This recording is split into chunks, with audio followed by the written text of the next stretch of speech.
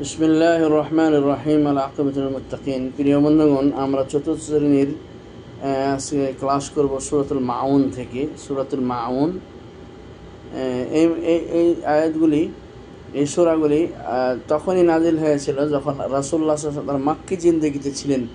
তখন কারো উপরে নামাজ, কারো উপরে সাদকা, কারো উপরে কোনো কিছু ফরজ হিসেবে ছিল না। কিন্তু ওগুলি সামাজিক দায়িত্ব এতটাই দায়িত্ববোধটা ছিল যে দায়িত্ববোধ থেকে আল্লাহ রাব্বুল আলামিন পরকালের বিশ্বাস ঘাটতি হবে যদি গরিব মিসকিনের সহযোগিতা না করা হয়, সেরকম সতর্কবাণীও এখানে দিয়েছেন। এবং যে নামাজগুলি ছিল সেই মূলত নামাজগুলি ছিল তাও ফরজ হিসেবে ছিল না।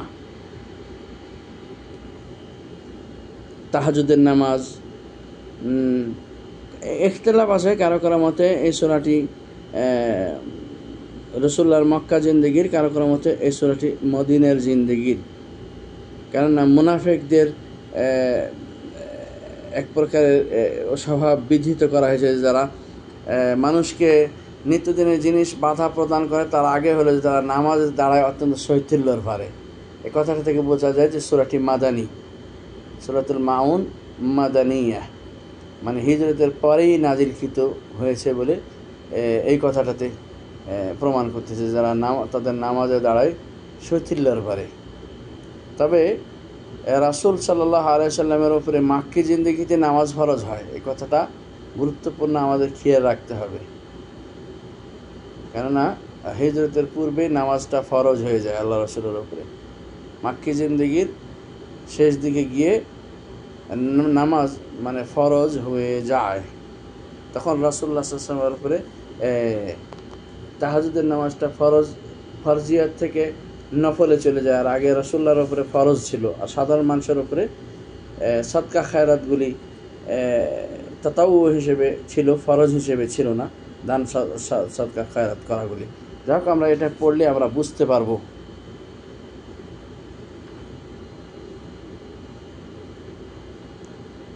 আগে আমরা একটা অর্থ দেখে নিই। বিসমিল্লাহির রহমানির রহিম। আরাআইতাল্লাযী, হে নবী আপনি কি তাকে দেখেছেন, ইউকাযযিবু বিদ্দীন, যে দিনকে মানে কিয়ামত দিবসকে, শেষ দিবসকে মিথ্যা প্রতিপন্ন করছে। ফাযালিকা, সেই ব্যক্তি এই হচ্ছে আল্লাযী, যিনি ইয়াদাউল ইয়াতীম, এতিমকে দূরে সরিয়ে দেয়, এতিমকে পরিত্যাগ করে। কেননা মাক্কি জিন্দেগিতে রাসূলুল্লাহ সাল্লাল্লাহু আলাইহি ওয়াসাল্লামের কাছে এতিমের বিষয়টা বেশি মর্মপীড়া ছিল, কারণ তিনি নিজেও এতিম ছিলেন। আর যত্রতত্র তিনি যে এতিমদের সাথে মানুষ খারাপ আচরণ করছে, এতিমদের মাল ভক্ষণ করছে, এতিমদের ওয়ারিস হিসেবে এতিমদের যা পায় তা দিচ্ছে না, এতিম মেয়েদেরকে পয়সাও দিচ্ছে না, এতিম মেয়েদেরকে বিবাহ করছে না, এই বিষয়গুলি সূরা নেসার 2 নম্বর আয়াতের ভিতরে বিধিত আছে। ওয়ালা ইয়াহুদ্দু আলা তাআমিল মিসকিন, মিসকিনদেরকে খাওয়ায়ও না। ফাওয়াইলুল লিল মুসাল্লিন, ও দুর্ভোগ সেই সমস্ত নামাজীদের জন্য। আল্লাযীনা হুম আন সালাতিহিম সাহুন, যারা তাদের নামাজের শৈথিল্যর ভরে দাঁড়ায়। আল্লাযীনা হুম রাউন, যারা মানুষকে দেখায় নামাজ পড়ে। ওয়ায়ামনাউন আল মাউন, এবং প্রতিদিন নিত্য প্রয়োজনীয় জিনিস দিয়ে মানুষকে সাহায্য ধার করার মতো জিনিসগুলি তারা মানা করে। যেমন কারো কুঠার, কারো কোদাল, কারো কাস্তে, কারো বটি, এ সমস্ত অনেক সময় প্রতিবেশীরা ধার নেয়, এগুলি দিতে যারা বাধাগ্রস্ত করে, মানে বাধা দেয় না। একটা পেঁয়াজ ধার নিতে চাইলো আপনার বোন আমার বোন, বা আপনার স্ত্রী আমার স্ত্রী, একটু লবণ চাইলো, একটা মরিচ চাইলো, এই জিনিসগুলি ধার চাইলো আবার তাকে ফেরত দেবে, এইগুলি হচ্ছে আল মাউন। তো আল মাউন মানে মাউনা থেকে সাধারণ সহযোগিতায় যে ছোট ছোট জিনিসগুলি মানুষের খুব প্রয়োজন পড়ে, যা নিজেরা স্বয়ংসম্পন্ন হতে পারে না, চাইলেই কেউ কিনে নিয়ে এগুলি নিয়ে সব স্বয়ংসম্পন্ন হতে পারে না। আর মানুষ সমাজটা এরকমই যে একজন আরেকজনের উপর নির্ভরশীল, কেউ স্বয়ংসম্পন্ন চলতে পারি না। আল্লাহ স্বয়ংসম্পন্ন, আল্লাহর কাউকে দরকার পড়ে না, কোনো পৃথিবীর কোনো জিনিসের তার কোনো প্রয়োজন পড়ে না, তিনি বেনিয়াজ। কিন্তু মানুষের সব কিছু প্রয়োজন পড়ে। এভাবে এটা আমাদের একটা সূরা, গুরুত্বপূর্ণ সূরা আল মাউন। যে আল মাউন সূরার পর আরেকটি সূরা আমাদের কাছে আসছে, সূরাতুল কাউসার। সূরাতুল কাউসারে আল্লাহ বলছেন, ইন্না আ'তাইনাকাল কাউসার, হে নবী নিশ্চয় আমি আপনাকে কাউসার দিয়েছি। ফাসাল্লি লিরাব্বিকা ওয়ানহার, অতএব আপনি নামাজ পড়েন আপনার রবের জন্য, ওয়ানহার এবং কুরবানি করেন। ইন্না শানিআকা হুয়াল আবতার, আপনার মোকাবেলায় কাফেররাই লেজ কাটা নির্বংশ। তাহলে এটাতে আমরা অর্থ কী পড়লাম? আর আইতাল্লাযী কাযযাবা বিদ্দীন, হে নবী আপনি কি তাকে দেখেছেন যে শেষ দিবসকে মিথ্যা প্রতিপন্ন করে? ফাযালিকা, ওই ব্যক্তিটা হচ্ছে আল্লাযী ইয়াদাউল ইয়াতীম, যে এতিমকে পরিত্যাগ করে। ওয়ালা ইয়াহুদ্দু আলা তাআমিল মিসকিন, মিসকিনদেরকে খাওয়া দেয় না। ফাওয়াইলুল মুসাল্লিন, দুর্ভোগ ওই সমস্ত নামাজীদের জন্য, আল্লাযীনা হুম আন সালাতিহিম সাহুন, যারা তাদের নামাজের শৈথিল্যের বাইরে দাঁড়ায়। আল্লাযীনা হুম ইরাউন, বা নামাজ সম্বন্ধে যারা তারা গাফিল, সাহুন মানে গাফিল। আল্লাযীনা হুম ইরাউন, যারা মানুষকে দেখায় দেখায় ইবাদত বন্দেগী করে। ওয়ায়ামনাউনাল মাউনা, নিত্যদিনের প্রয়োজনীয় জিনিসগুলি মানুষকে বাধা দেয়। এখানে সূরা কাউসারে আল্লাহ বলছেন, ইন্না, নিশ্চিতভাবে আমরা, আতাইনাকা, আপনাকে দিয়েছি,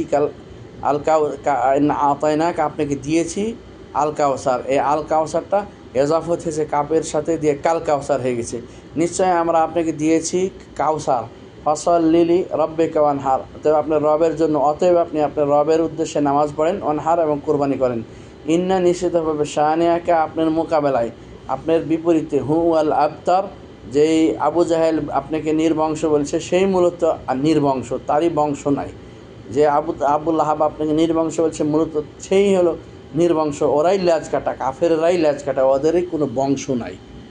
প্রিয় বন্ধুগণ, এভাবে আমরা সূরাতুল কাউসারের পর পাচ্ছি সূরাতুল কাফিরুন।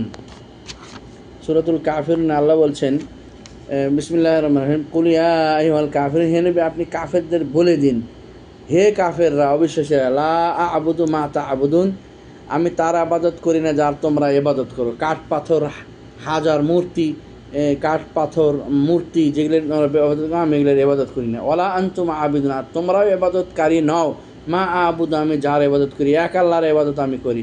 ওয়ালা আনা আবিদু মা আবাদতুম, আর আমি নই ইবাদতকারী মা আবাদতুম, তোমরা যার ইবাদত করেছো। ওয়ালা আনতুম, এবং তোমরাও আবিদুন, ইবাদতকারী নও, মা আবুদ, আমি যার ইবাদত করি, নিরঙ্কুশভাবে আল্লাহ, একা আল্লাহর ইবাদত করি নিরঙ্কুশভাবে, তার কোনো ওয়াহদাহু লা শারীকা লাহু, শরীক নাই।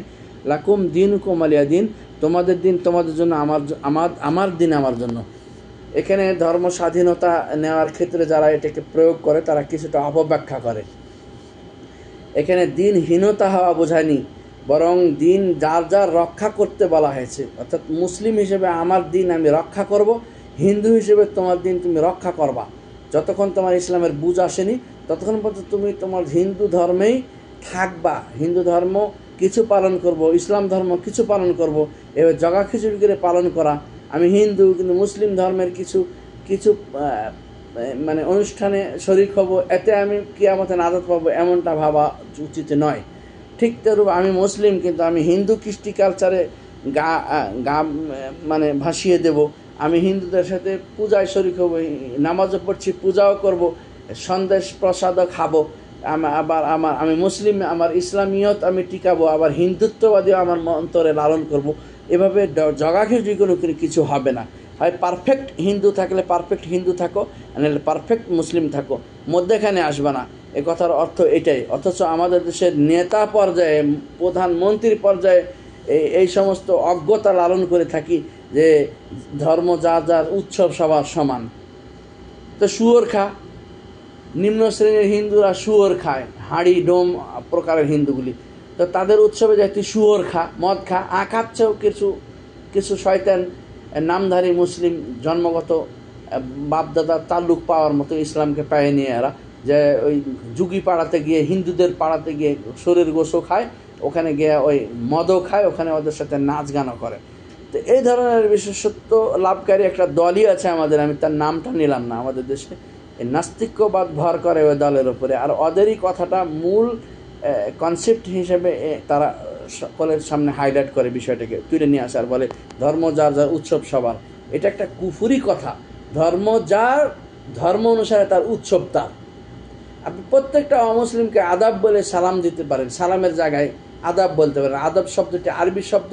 আদাব শব্দের অর্থ হলো তোমাকে ভদ্রতা জানাইলাম, শিষ্টাচার জানাইলাম, সম্মান জানাইলাম। কারণ মানুষ হিসেবে সবার সম্মান আছে। কিন্তু একটা অমুসলিমকে আপনি আসসালামু আলাইকুম বলতে পারবেন না, এবং ইহুদি খ্রিস্টানরা আপনাকে আসসালামু আলাইকুম রহমতুল্লাহ বারাকাতুহু বলুক, যেটাই বলুক, আসসালামু আলাইকুম বলুক, আপনি সংক্ষেপ উত্তর দেবেন ওয়ালাইকুম।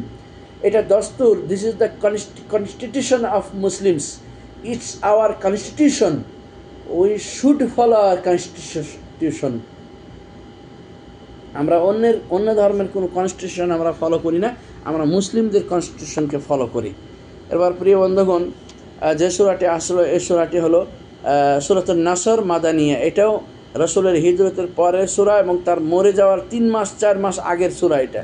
এই সূরাটাই তার জীবনের শেষ সূরা বলে অনেকে বলছেন, আবার অনেকে বলছেন না, এই সূরার পরে আল্লাহ রাসূলের উপরে আরও 2টি আয়াত নাজিল হয়েছিল। একটা হলো সূরা আল মায়েদার 3 নম্বর আয়াতটি, আলিয়ামা আকমালতু লাকুম দীনাকুম আতমামতু আলাইকুম নি'মাতি ওয়া রাদিতু লাকুমুল ইসলামা দীনা। এটা হচ্ছে একেবারে শেষ আয়াতটির আগের আয়াতটি। আর একেবারে সর্বশেষ আয়াতটি হচ্ছে ওয়াত্তাকু ইয়াওমান তুরজাউনা ফীহি ইলাল্লাহ সুম্মা তুওয়াফা কুল্লু নাফসিন মা কাসাবাত ওয়া হুম লা ইউযলামুন। এটা হচ্ছে সূরা আল বাকারা। সূরা আল বাকারার তৃতীয় সূরা আল বাকারার শেষ পৃষ্ঠার আগের পৃষ্ঠার শেষ আয়াতটি। সূরা বাকারার শেষ পৃষ্ঠার আগের পৃষ্ঠা বলছি, শেষ পৃষ্ঠার আগের পৃষ্ঠার শেষ আয়াতটি, আগের পৃষ্ঠার শেষ আয়াতটি। অর্থাৎ সূরা বাকারা শেষ হয়ে গেছে যে পৃষ্ঠাটাতে, এই পৃষ্ঠাটা বাদ দিয়ে তার আগের একটা পৃষ্ঠা, প্রিভিয়াস পৃষ্ঠাটা দেখবেন, এটাকেও ছেড়ে দিবেন, তার পরের পৃষ্ঠায় যেটা শেষ আয়াতটা দেখতে পাবেন। অর্থাৎ আয়াতুদ দাইনের আগের আয়াতটি 282 নম্বর আয়াতটি হলো আয়াতুদ দাইন, আর 281 নম্বর আয়াতটি আর কি, এটাই শেষ আয়াত ছিল। আল্লাহ রাব্বুল আলামিন মানুষকে কিয়ামতের সেই দিনে একত্রিত করে তাদের সবার কর্মফলের তাদেরকে রেজাল্ট দিয়ে দিবেন। যেমন আমরা পরীক্ষার রেজাল্টের জন্য পাগল করা হয়ে থাকি এবং পরীক্ষার রেজাল্ট হয় আমাদের আনন্দিত করে পাশ করার মাধ্যমে, আর না হলে আমাদের নিরানন্দিত করে, দুঃখী করে, আমাদের মুখ কালো হয়ে যায়, আমরা অসুখী হই, দুঃখে কান্নাকাটি করি এবং আবার পুনরায় পরিস্থিতি নিয়ে পরীক্ষায় পাশ করার মতো করে এরকম।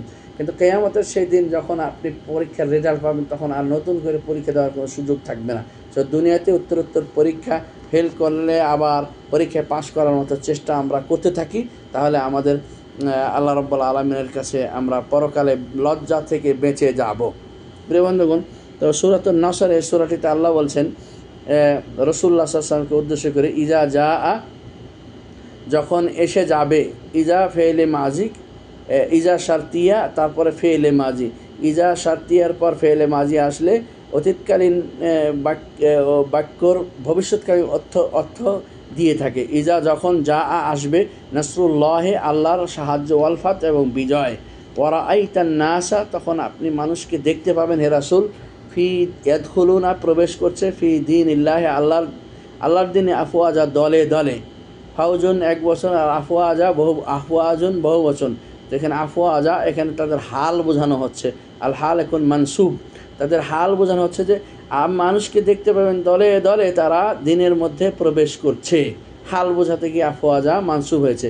ফাসাব্বিহ, তখন আপনি আপনার রবের গুণগান বর্ণনা করবেন, পবিত্রতা বর্ণনা করবেন, বিহামদি রব্বিক, আপনার রবের প্রশংসা সহকারে, ওয়াস্তাগফির, আর তার কাছে আপনি ক্ষমা প্রার্থনা করবেন, ইন্নাহু কানা তাওয়াবা, নিশ্চিতভাবে তিনি অনেক বেশি তাওবা কবুলকারী। সুন্নি নামক কিছু ভাই আছেন, আল্লাহ হাদাহুমুল্লাহ, আল্লাহ তাদের হেদায়েত দান করুক, তারা আমাদেরই সমাজের, আমাদেরই অন্তর্ভুক্ত, আমাদের থেকে বিচ্ছিন্ন কেউ নয়। আল্লাহ তাদেরকে হেদায়েত দান করুন সত্য কথার উপরে। তারা কোরআন অপব্যাখ্যা করতে বসেছে যে নবীর কোনো পাপ নাই, তাহলে নবী কেন ইস্তেগফার পাঠ করবে। ওরা এটা জানেই না, জানতে ব্যর্থ হয়েছে যে ইস্তেগফার দুই প্রকারের, একটা হচ্ছে ওয়াজিব, একটা হলো মুস্তাহাব। প্রত্যেকটা ভালো কাজের পর ইস্তেগফার করা হলো মুস্তাহাব, সওয়াবের কাজ। যত ইস্তেগফার আপনি পাঠ করবেন, বিপদ মুক্ত হবেন, ততই আপনি সওয়াব পাবেন। ইস্তেগফার সমস্ত ও সাবাব ও জালবে কুল্লি খায়ের, প্রত্যেকটা কল্যাণ এনে দেওয়ার উত্তম মাধ্যম, উন্নতির উচ্চ সোপানে আরোহিত করে দেওয়ার জন্য আপনাকে এই ইস্তেগফারটা লাগবে। এই যে দাকায়েকাল ইন্তেজার মালিয়াতান বিল ইস্তেগফার, এভাবে আরবে বিভিন্ন জায়গাতে এভাবে স্টিকার মেরে লিখে দেওয়া থাকে, এভাবে আল্লাহর জিকির আজকারকে বলে যে তুমি যে এখন অপেক্ষা করছো অফিস আদালতে বা হসপিটালে, তোমার অপেক্ষা করার সময়টুকু তুমি ইস্তেগফার পাঠ করে ভরে দাও, মালিয়াতুন বিল ইস্তেগফার, তুবা লিমান ওয়াজাদা ফি সাহিফাতি ইয়াউমাল কিয়ামাতি ইস্তেগফারান কাসীরা, তার জন্য জান্নাতে তুবা নামক সেই মার্কেটটি লিখে দেওয়া হবে। সে তুবা নামক জান্নাতে সে যাবে, যে ব্যক্তি তার আমল নামাতে সবচেয়ে বেশি ইস্তেগফার খুঁজে পাবে। ইস্তেগফার হলো আস্তাগফিরুল্লাহ ওয়া আতুবু ইলাইহি, শর্টকাট ছোট্টভাবে। আর একটা হচ্ছে আপনারা দেখে নেবেন, যেটাকে বলে দোয়া সাইয়্যিদুল ইস্তেগফার, তো দেখে নেবে এটা। এরপর সূরাতুল মাসাদ, এই যে এই সূরাটি মাসাদ লেখা আছে, এই সূরাটি কিন্তু আরেকটি নাম হলো সূরাতুল লাহাব। ভারতীয় উপমহাদেশে আমরা সূরাতুল লাহাব হিসেবে চিনি, আর আরবরা লাহাব হিসেবে চিনে, তবে তারা প্রথমে ভেবাচাকা খেয়ে যাবে, পরে বুঝতে পারবে। এই সূরাটির নাম হলো মূলত সূরাতুল মাসাদ বা সূরাতুল লাহাব। এই সূরাটিতে মূলত আবু লাহাবের কুকীর্তির প্রতিফল হিসেবে আল্লাহ এটি নাজিল করে দিয়েছিলেন। সেখানে আল্লাহ রাব্বুল আলামিন বলেছেন, বিসমিল্লাহির রহমানির রহিম, তাব্বাত ইয়াদা, ধ্বংস হয়ে যাক দুই হাত, আবি লাহাব, আবু লাহাবের, অতাব্ব, এবং সে নিজেও ধ্বংস হোক, মা আগনা, কোনো উপকারে আসে নাই, আনহু, তার বিষয়ে, মালহু, তার সম্পদ, ও অমা কাসাব, তার বিষয়ে তার সম্পদ এবং কামাই করছে তার কোনো উপকারে আসে নাই, সায়াসলা নারান জাত আল হাব, সে অবশ্যই প্রজ্বলিত আগুনে সে পুড়বে, ইয়াসলা, পুড়তে থাকবে, জ্বলতে থাকবে, আমরা আতুহু, আর তার সেই স্ত্রী হাম্মালা, তার হাতে কাষ্ঠ বহনকারিণী, ফিজিদে হাবলুল মাসাদ, যার গলায় সে কাষ্ঠ নিয়ে বহন করতে যেত, সেই গলায় ফাঁস লেগে, তার কাষ্ঠের ফাঁসটা লেগে তার গলাতে সে ফাঁস লেগে মারা গিয়েছিল। এভাবে আমরা আমাদের শেষ ক্লাসটিকে সূরাগুলোর অর্থ সহকারে, সামান্য তাফসীর সহকারে আমরা শেষ করে দিয়েছি। অবশ্যই আপনারা তাজবিদের বিষয়গুলো এখান থেকে বুঝেছেন, আগের যতগুলো ক্লাস পড়েছেন সেই ক্লাসগুলিতে আপনাদেরকে এই সূরাগুলোর নামোজাজ দেওয়া হয়েছে বলে আমি আশা করি আপনারা সকলে সুন্দর থাকবেন, ভালো থাকবেন, আল্লাহ আপনাদের তাই রাখুক।